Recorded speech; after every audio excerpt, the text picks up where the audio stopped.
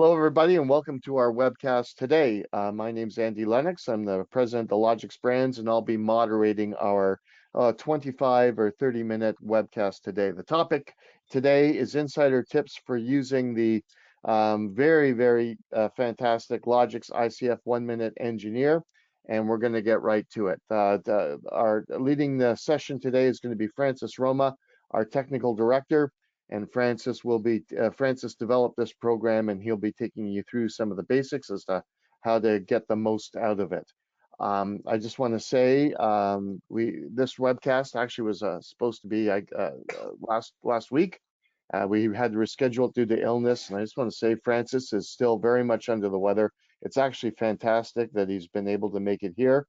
So we'll just if we may have to stop this, I'm just going to pre-warn everybody. It may come to pass that Francis may not be able to finish. If so, we'll have to reconvene at some other time. But it's great that Francis has made the effort to be here, and it's great to have him here. So listen, everyone's on mute. To provide everyone with a good audio experience, you can feel free to tap in questions.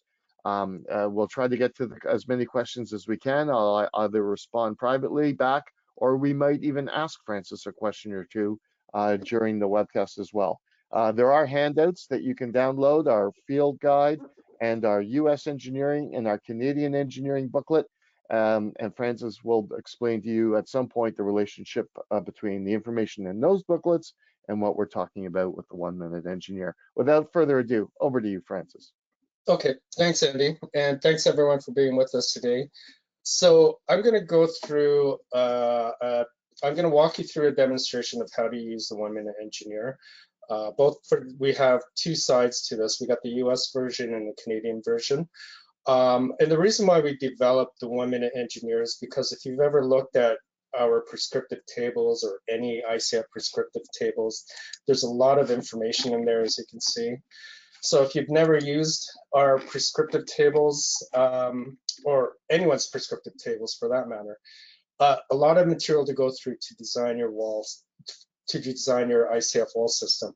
So we wanted to make that process a lot easier and a better experience for our customers. So we came up with the 1-Minute Engineer, and what it does is it walks you through the steps to design your wall without having to physically go through the engineering manuals that we have. So the best way to explain this is to just give you a quick demo on how to use it. So if you go to our website, logixicf.com, at the bottom of the site, actually, just in case, because you probably already noticed, I've got a big red, comically big red cursor hovering around, and I made it that way so you could kind of hopefully follow me through this when I switch between windows. So anyway, at the bottom of our web pages, we've got this persistent bar with 3 links. Click on the 1-Minute Engineer, and that brings you to the homepage of the 1-Minute Engineer. So pretty straightforward. We'll start with the US version. When you click on it, first thing you do is you add a project name. So I'll call this Demo 1. Or let's just call it Demo. You can enter a wall location. Before I enter a wall location, I'm going to show you the plans that we're going to base our example on. So what I've got on the left side here is a wall section. We got an 8-foot below grade wall and then 2 stories above grade, which are both 9 feet tall. So, and then we've got backfill of 6 feet. So our floor plans are going to look like this. It's basically a square box or rectangular box, 80 feet by 40 feet. That's the foundation wall, the main floor, and the upper floor. So we're going to design this wall system for each floor. So let's start with the below grade wall. So here I'm just going to enter below grade. And then you go ahead and select your wall type. For the US version, we've got above grade wall for hurricane loading, lintels for point load, uniform loads, and shear walls. So we're going to choose below grade wall. Once you do that, just hit add project. And that brings up a form where you enter information about your foundation wall. So it's pretty straightforward. Select the rebar grade that you're going to use. We're going to use 60. The wall size, we'll say we're using a Logix 8-inch. Wall height is 8 feet. Backfill height is 6 feet. And the equivalent fluid density we'll say is 30 pounds per cubic foot. So we'll leave that where it is, but you do have a choice of other densities here as well. And then wall type above grade, this is for reporting purposes when you get the report, and I'll show you what it looks like later. But your wall type above grade is either going to be Logix ICF or frame wall. So in our case, it's Logix ICF above it. And once you're done, all you do is you click view results, and it gives you a preview of your reinforcement. So it gives you your horizontal rebar and your choices of vertical rebar as well. And that's all taken out of the US prescriptive tables. So it literally does it for you. You don't have to go in there and physically look for the rebar that you need for your wall system. It does it for you. So once you're done with that, you just click download report. And it gives you basically a diagram of your wall that you specified. So in our case, it was foundation wall with an ICF above grade. And so that's what it spit out for us. If we went back here and put in frame wall, view the results, and download the report, it will give us a frame wall above grade. So whatever you specify, it'll give you the correct wall section for your project. So the text up here is all the information that you entered and the reinforcement results as well. So you could use this for your permits if you need to. I've seen drawings where this is pasted in there. I think it's really helpful, especially if you have design changes and you need it done pretty quickly. So that's it. We're done with the below grade wall. We'll just go ahead and do the main floor now, which is also 9 feet. So to do that, I'm going to close this window. And I'm going to call this the main floor. We're going to change it to above grade wall, and we're going to add the project. And as you can see at the bottom here for your projects, it does automatically save it for you. You can go in there, edit it, or delete it if you no longer need it. So I'll add the project. It brings up another window. And pretty straightforward, just enter the information it's asking for. So the wall height, or wall thickness, I'm gonna say is 6 inch. Wall height, we know is 9 feet. The wall supports a 2nd story ICF plus a roof, as we can see for the wall section. And then pick the location. We'll say it's in Florida. So depending where you pick it, the wind load is gonna change for that area. So for Florida, I've got 114 pounds per square foot. That's the actual pressure, not the wind speed. The wall type below grade is a below grade wall. So once you're done that, just click view results. Again, you get your results preview. And if you're happy with it, just click download report. And it will give you a wall section with that, as well as the information that was entered. So that's it. So now we're on to our second or top story. So we just close this window and we'll change this to, let's say, upper floor. It's still above grade wall, so we'll leave it there. We'll add that project in. And this time, let's say it's a 4-inch wall. Wall height is 9 feet, according to our wall section. And because it is the upper floor, it's only supporting roof load. Location, Florida, and the wall type below grade this time is an above grade wall because it's the main floor that's below it. And then hit view results. Again, it gets all the information for you from the engineering manual. And if you like it, you can click download report. And it gives you the report for the upper floor.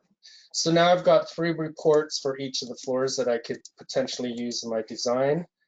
And it did that probably in just a few minutes. Rather than going through the prescriptive engineering manual, you can see how much time it actually saves. So we'll get out of there. And as you can see, it does save all your designs that you entered. I'm going to do one more example on the US side, and that's the lintels. So let's say this lintel is for the main floor, main entrance. Okay, so we'll add that in. So we'll stick with the rebar grade of 60. The wall size was 6 1/4 for the main floor. We'll say the lintel depth is 12 inches. Lintel span, because it is the main floor, I'll say it's 6 feet, or main entrance. And factored uniform load on there, we'll say is 1,200 pounds. So once you click that, you just click view results, and it'll give you a preview of the results. Your top reinforcement, your bottom reinforcement, whether stirrups are required, in this case it is, your stirrup distance, yield strength, etc. So again, that took it straight out of the engineering manual, so you can see how much time this saves. So we click on download report, and what it does is it gives us a diagram of the lintels and stirrups that we need for that, for the information we entered, including the specifications for the rebar and the lintel size. If I had entered something, if you can notice, there's one stirrup leg here, or one bottom bar, and it does that automatically depending on what size of wall thickness you choose. So if I chose a 10-inch, it's going to need 2 bottom bars. So if I click on that and click report, it'll give me 2 bottom bars. So it updated it, shows that no stirrups are required either if you use 10-inch. So it's a good way to play around with your designs as well. If you need more information, yep. Oh, excuse me, Francis. I've got a couple of high-level questions from Sure. Remus, if you don't mind here. Probably a good time to send them to you as you're going from U.S. to Canadian. Sure. So Remus, they're high-level questions. Are design engineers responsible for designing the ICF wall? Design engineers, yeah, well, it depends on the code. Like if it's within the scope of the International Residential Code, you don't need an engineer if your prescriptive tables are designed to ACI 318. And our prescriptive tables are, so if your building fits within the IRC, you don't need an engineer. If it falls outside of that, then typically you would need an engineer. But having said that, though, our engineering for the US side does have stamps for different states. So if you do need the stamps, we can provide it to you. Remus also wanted to know, are there design calculations to check the numbers available? How does that work? Yeah, we do have the design calculations from the engineering firm that developed these tables as well. So if you want to take a look at it, we can certainly provide it for you. Last question is, by using the 1-minute engineer, is the user responsible to make sure the ICF wall is designed correctly? They can consult with us to make sure that their numbers are correct. A lot of the times we do review drawings and reinforcing for them, just to make sure things are, there's not going to be any issues on site, but to make sure that nothing's over designed. So if they need that extra guidance, we can provide it for them. Alrighty, I'm gonna leave you be. How are you feeling, Francis? Pretty good so far. Thanks for asking. Okay, okay, all right, I'll leave you be. Okay, so one more thing. It does catch instances where the design may be out of scope from our engineering manual. So for instance, if I put in, let's say 2,400 pounds and a lintel span of say 16 feet, lintel depth, let's keep it at 8 feet. So I know this is probably not going to work. So it should, yeah. So it'll catch errors and tell you if it's out of scope. So you don't have to worry about if you've, if anything you've entered is not going to work. It'll tell you automatically for you. Okay, so that's the US side. Love to go through the other examples here, but due to time constraints, we're going to leave it at that. So we went through the wall, above grade walls, below grade walls in a lintel example. It is worth going through these notes as well. Sorry, let me put this back to something that works. Oops, lintel span. It is worth going through these notes just to get familiar with it. These notes, so whichever building part you're working with, above grade wall, lintels, shear walls, and you click on this link here,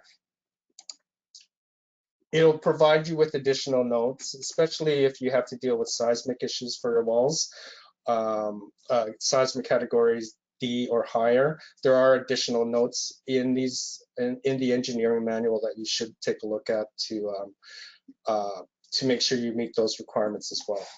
So that's the women engineer on the US side. I'm going to go ahead and go back to the home page here, and we'll do a quick example on the Canadian side. So the Canadian side's a little different. It does ask for more questions, and we do have to deal with a few more issues because the Canadian code and the Canadian building code and the design code, they're both a little more conservative than they are in the US. So anyway, I'll just get started here. I'll give it a project name of demo. So the first thing it does is it'll check your overall limitations for your building before it does anything to make sure it's within the scope of the Canadian engineering. So it's asking for hourly wind pressure. If you don't know what it is for your area, you can click on this link here and it'll bring up the appendix from the building code. Let's say we're in, what do I got? Barrie, Ontario. So let's go down to Ontario. That's the location of this example. So here's Barrie, Ontario. Far right is your wind load. So we got 0.36. So I just enter that there. Enter the longest plan dimension. So if we're working with the foundation wall first, you know it's 80 feet. Shortest plan dimension is 40 feet. Longest roof span, and that's from inside face of the concrete wall. So that works out to about 38.5 feet. Enter the longest floor clear span. So let's just say it's 20 feet. So once we do that, we can click next.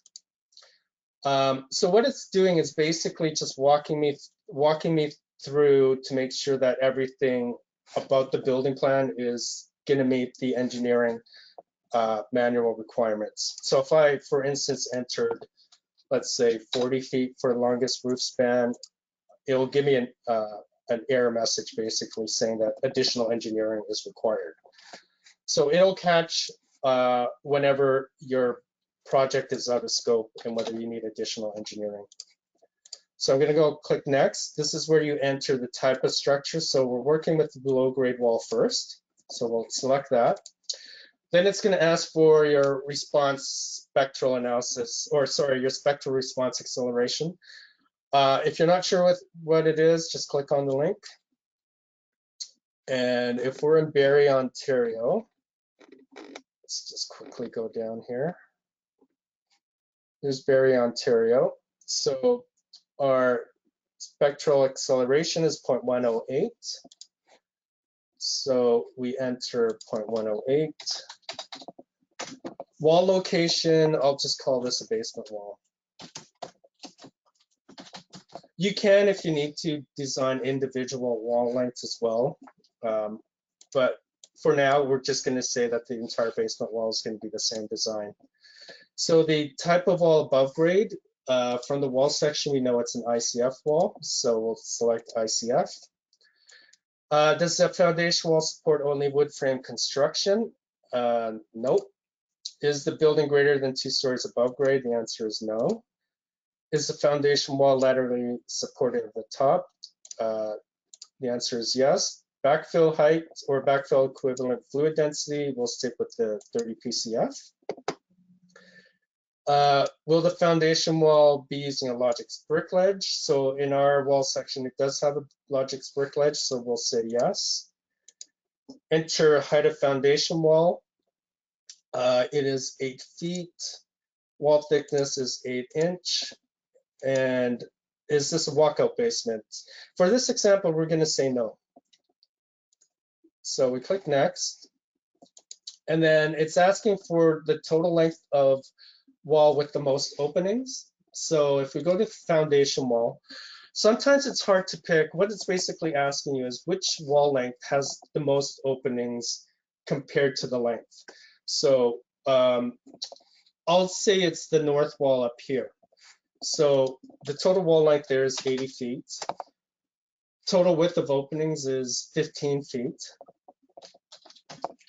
Are there any length of solid wall between two adjacent openings less than 4 feet? The answer is no. Are there any openings that exceed 3 feet in height? The answer we'll say is no. And are there any openings that exceed 6 feet in width? And we'll say no. So we can click next. So because it let us go through without a warning message that engineering isn't required, we're okay with our window width of wall, or sorry, width of window openings to wall length. But you can go back here and actually check the rest of each wall length just to make sure. So for instance, if I do the south wall, and let's just say for this example, it's 50. If we click next, it'll warn us that we've exceeded the total width of openings for that wall. So if you're not too sure, you can check each wall length and its width of openings just to make sure that it's still within the scope. So I'll just go back to 15. Enter the backfill height from the wall section. It's 6 feet. And that's it. So now what it did is it went into the engineering manual for the Canadian side and basically picked out what the data or what the reinforcements should be. It references where the table, which table it comes from. It also does this on the US side. Your vertical reinforcement and your horizontal reinforcement. So if you like what you see, you can download the report as well. So here's the report. So again, same type of wall section. If you change anything, if we specify that it's wood frame above grade, then it will change the wall section as well. So that's your below grade wall. Let's do the foundation wall or the main floor wall. So we'll just go click the home button on the top right corner. And we'll call this demo because it's the same project. So we'll add that project. It's going to try and save whatever information you entered last time for wind loading and seismic acceleration values that you entered. So the main floor wall is 80 feet. Shortest plan dimension is 40 feet. Longest roof span is still 38.5, and longest floor clear span we'll say is 20 feet. So click next. We're doing above grade walls main floor, so that's the one we want to select. Now it's asking us for an equivalent spectral response acceleration for ICFs. If you're not sure what it is, just click on the appendix here and go down to Ontario, and there's Barrie. So it's 0.077. 77. Wall location, we'll just call it main floor. Wall type below this is a below grade wall. And does this wall support, if we look at our wall section, it supports a second floor ICF plus roof. So that's what we want to choose here. Okay, so main floor height is 9 feet. Total length of wall with most openings. So let's go back to our main floor plan. excuse me. So let's say on the south wall, it probably has the most openings. So total length of wall is 80 feet. Total width of opening is 12, 15, 21, let's say 21.67 feet. So I could click next, and we know our width of wall openings, or width of openings to wall ratio is good. If you're not sure, again, you can click the back button and check the rest of the walls as well. And click next to make sure that all the wall lengths are okay. Okay, so we've gotten through that. Wall thickness we'll say is 6.25. Does the main floor walls have openings within 4 feet from corners? Now this is specific Canadian requirement out of the building code. No, I don't have a clear answer why they do this, but to address it, we have to address it by making sure there's enough shear wall lengths on each side of the building. So in our case, we do have openings less than 4 feet from corner. So we'll say yes. Is there a walkout basement? We'll say there's no walkout basement in this example. So we'll click next. And it gives us the results. So it references which table it comes from in the engineering manual and the reinforcement that you need. And because we do have openings within 4 feet from the corner, we have to address that by making sure there's enough shear wall lengths for each wall length. So it gives us choices here. You always go by the first choice because that's the most economical and the simplest choice to go with. So in this case, it's saying number of shear walls and length is one shear wall that's 12 foot. So you have to make sure that you have that on each 4 walls or each 4 sides of your building. So in our case, the north wall, we do have a shear wall that's long enough there. On the east wall, we have another one that works. On the south wall, we have 2 options here that we could choose as our shear walls because they're all above 12 feet. On the west wall, we don't have an option to use a 12 foot. So what we can do is go to our second choice there. And the number of shear walls and length is 2 shear walls that are 6 feet 8 inches. So we do have 2 shear walls here that we could use that are greater than 2 feet or 6 feet 8 inches. So we meet the requirements for the shear walls, which addresses the openings within 4 feet from the corners. So if you're happy with what you've got, you can click the download report button and it'll bring up a report. So it'll bring up the wall section that you specified. It'll give the results at the top here for your wall reinforcement, but in addition to that, it'll also provide the shear wall requirements to address openings within 4 feet from the corners. So we've got our first choice here, which we went by for 3 sides of our wall, and then we've got our second choice here, which we went with the west wall. So as you can see, the concentrated vertical reinforcement, that's the vertical reinforcement that's going to go at the ends of the shear walls, is either 3 10Ms or 2 15Ms. And the arrangements for that, if you need to reference it, is shown in this diagram. So we've got 3 bars here. This is what you would do, how you would arrange it at the ends of your shear walls for a 6 1/4 inch wall, and the arrangement for anything thicker than that. Okay, so all that information was taken out of the engineering manual. As you can see, it would have been a lot more work and time consuming to get all that information physically if you had to go in there and do it yourself. So the 1-minute engineer is pretty powerful in that sense because it is quite a time saver. Okay, so we're gonna go and hit the home button, and we're gonna do the above grade wall on the 2nd floor. So it's the same project, so I'll call it demo. The hourly wind pressure stays the same. We know the longest plan dimension is 80 feet, shortest is 40 feet. Longest roof span is 38.5, and the longest floor clear span we'll say is still 20 feet for the upper floor. Excuse me. So we click next. choose the type of structure. So this is above grade wall, second floor. So that's one we want to choose. The response spectral analysis acceleration, I believe it was 0.077. So there it is. So 0.077. Wall location, upper floor.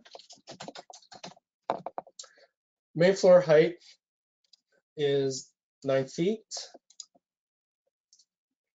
Enter total length of wall with the most openings. So again, if we go to our floor plan, we'll take a look at the south wall. So we know it's an 80-foot length wall, and the total width of openings is going to be 13, 16, 21, 31 feet. So if we click next, we know that that's okay. Wall thickness we'll keep at 6¼ inch. Does the main floor walls have openings within 4 feet from corners? In this case, it doesn't, so we can say no. And we know this isn't a walkout basement. So we can click next, and it gives us the results. So again, there's our results. If we're happy with it, we can click the download report button. And it'll give us a report with the relevant information and the wall section as well. So that's it. We just designed our walls for all 3 stories using the 1-minute engineer. And again, it's a lot faster and much simpler than using the prescriptive engineering tables because there's a lot of information to go through there. But I will say that it is worth looking at the notes as you work through this. They're typically the same notes over and over, but if you get familiar with it, you know that there's other items that you may have to deal with or keep in mind when you're working with it. Now, both of these projects, let me go back to this. We are still working with the Logix 1-minute engineer. We're still developing it on the Canadian side and the US side. It was just previously released, especially on the US side. It was just released yesterday. The Canadian side, we're developing the lintel tables for it, which is going to come next. And it's always going to be in development. So if you guys find issues with the 1-minute engineer or bugs, please report it. We'd appreciate the feedback just to make sure this program is working optimally as possible.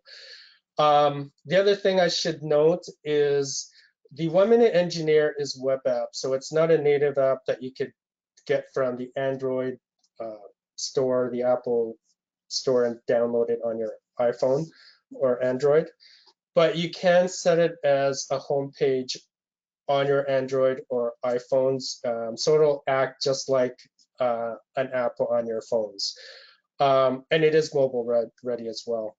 So I think with that, I will hand it off to Andy and open up the floor to more questions. Hopefully there's more questions that I can answer. Oh, and I should mention that the 1-minute and the Canadian prescriptive tables, we do have stamps for all the provinces as well. All right, well, thank you very much, Francis. That was great. We do have a couple of questions, Sure. and so let's get to them. Clinton is looking to design foundations with shorter heights, like 24 inches to 32 inches tall with a slab floor. And now those walls wouldn't fall under the 1-minute engineer, correct? Because they start at 8 foot tall? They do actually. When we go through this, so if you enter, maybe I could give you a quick demonstration. So does the foundation wall support wood frame construction above grade? In his case, let's just say it does. Is the building greater than 2 stories? We'll say no. Is the foundation wall leveling support at the top? So if there's a slab at the top of this 3-foot wall, we'll say, we'll keep that at yes. Keep the backfill the same. We'll say there's no brick ledge. Enter the wall height. We'll say it's 8 feet, even though you can't enter anything less than that, and you'll see why in a minute. And we'll say it's 6¼ inch. So what it's doing now, instead of bringing us to the next screen to enter information, based on what I entered, it's telling me that I can design it as a plain concrete wall with the max finished height of 5 feet 10 inches. Because the Canadian prescriptive tables, we do have a section for plain concrete walls up to 5 feet 10 inches. The table reference is here. So if you go to table B6 and detail B2, which shows the reinforcing, or sorry, the wall section, then you can actually use that for your design if it's only 3 feet tall. And that's taken straight out of the National Building Code. So depending what you enter in the previous screen, it'll tell you whether it'll guide you through whether you need reinforcing or if it can be plain concrete wall or if it's just a knee wall, it'll tell you that as well and tell you which tables to go to design it as a knee wall. Okay. Quick. All right. So another question. This one from Ron. So Ron's got let's say a one story of ICF. Okay. Let's say it's a garage. Okay. It's a Yep. garage and it's got garage door, but above the garage door, let's say it's a wood framed gable end. Okay. Does the 1 minute engineer cover the lintel over the garage door in that instance? Yeah, it can. If you know what the loading is, then it'll cover it for you. So if I just go back, I don't know if this is in the US or the States, but let's just go back to the States. So one thing we're going to do, so I'll choose lintel uniform load. Actually, I've got it in my demo here, so I'll just click edit to bring it up. One thing we're going to do, so one thing you've got is you have a choice of factored uniform loads in this case that you can choose to make sure that it matches your lintel loading for your garage opening. But if you're not sure what it is, what we're going to be adding, and we had this in the desktop version, is a way to calculate or estimate what your loading should be for your scenario. But for now, what you've got is just a choice of loads for your openings. Okay. Hopefully that answered your question. And listen, this is probably the last question, Francis.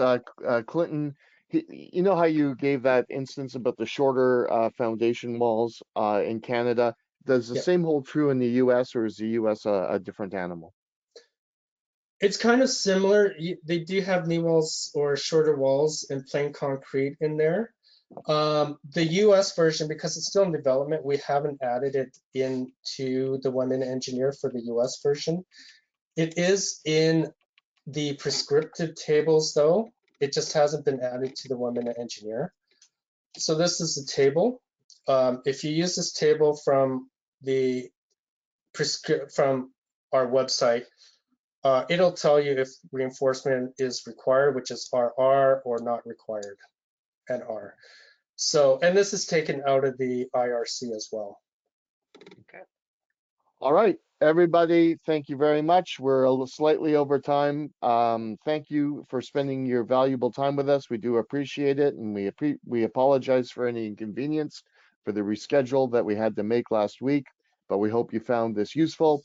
Everyone will be getting a follow-up email, and there'll be a recording of this webcast to that. And also, if you have any further questions you want to ask us, feel free to ask us, and we'll do our best to follow up with you as needed. Thanks, everyone, and I'm going to give you the last word, Francis.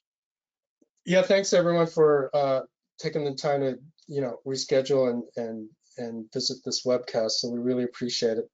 Enjoy the rest of your week. Thank you.